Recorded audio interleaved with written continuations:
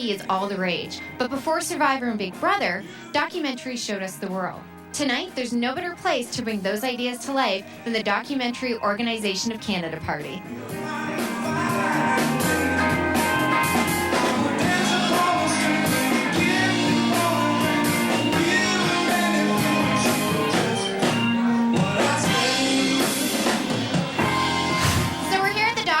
Tonight, and you work very closely with these people. Can you tell us a little bit about what Doc Canada does? You've heard of Telefilm Canada, which supports, when they created Telefilm Canada 25 or so years ago, documentaries weren't included in their support. They were going to support just drama and children's programming, and there was no support for documentary.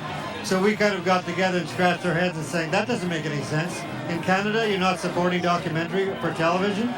So we got together, about 6 or 7 filmmakers got together, and we've grown now to 700 filmmakers across Canada.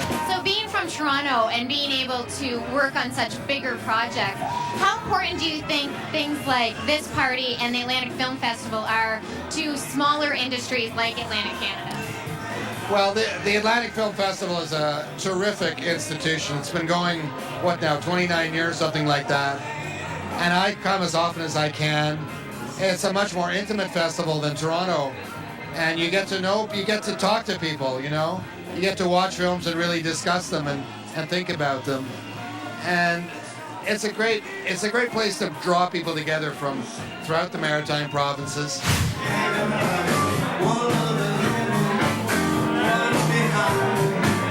Reality TV is fading, but documentary and parties are forever. Signing off for Festival Nights, I'm Amanda Kincaid.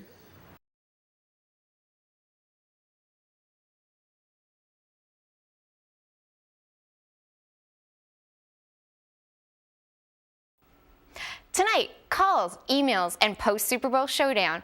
Also, Executive Vice President of Trade Center Limited, Scott Ferguson, Acadia men's basketball coach, Les Barry, and Acadia men's hockey coach, Darren Burns. It promises to be high energy tonight here on Har Sportsland.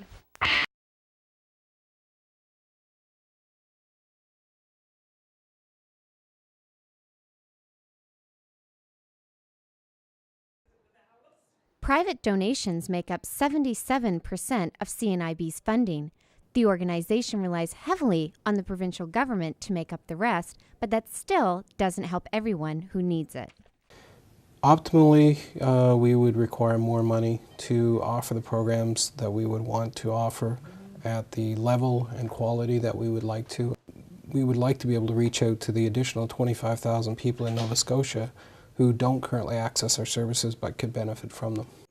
After a car accident several years ago, Colleen Henderson discovered how important those services are.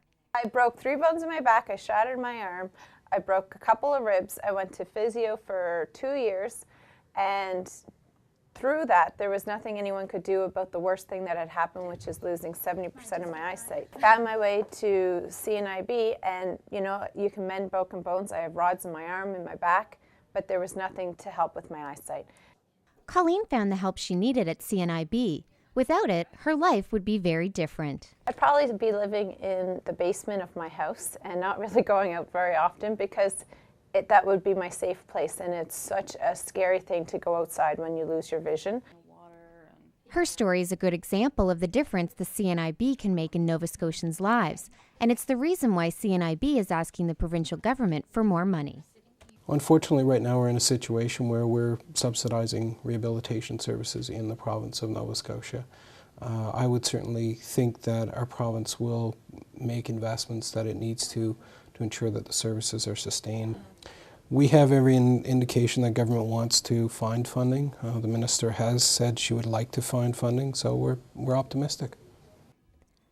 The CNIB continues to help thousands of people with vision loss. If you are one of them and need help, or if you would like to make a donation, you can visit cnib.ca. For Waterfront TV, I'm Amanda Kincaid in Halifax.